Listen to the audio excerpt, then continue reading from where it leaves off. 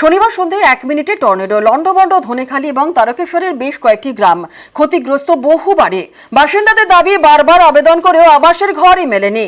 ঘর পেলে এভাবে মাথার ওপর থেকে ছাদটা চলে যেত না। গ্রামবাসীদের দাবি ঘিরে রাজনৈতিক তরজা তুঙ্গে।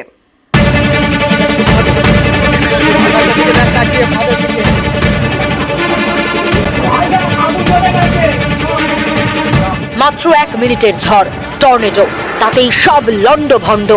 একের পর এক গ্রাম তছনছ। দুর্ভোগের এ ছবি হুগলির তারকেশ্বর বিধানসভা এলাকার।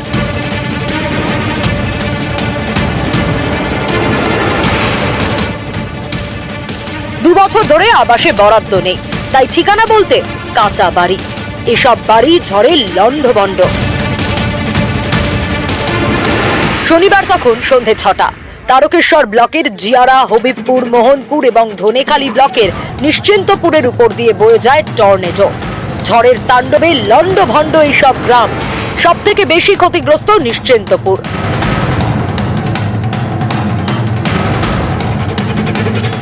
এখানে প্রায় 12টি বাড়ি তছনছ হয়ে যায়, উপড়ে যায় বিদ্যুতের খুঁটি।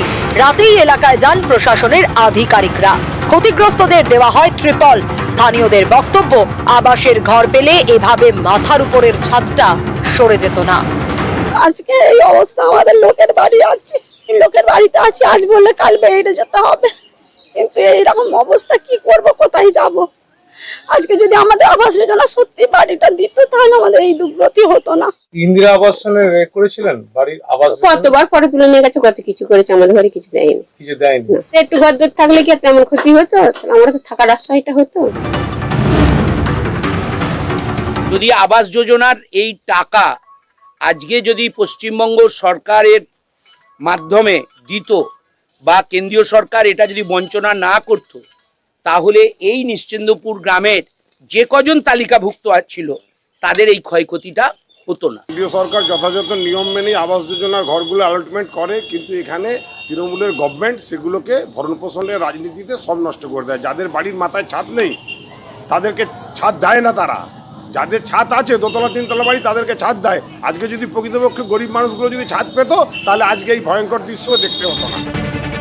হুগলি থেকে রানা কর্মকার, নিউজ 18 বাংলা।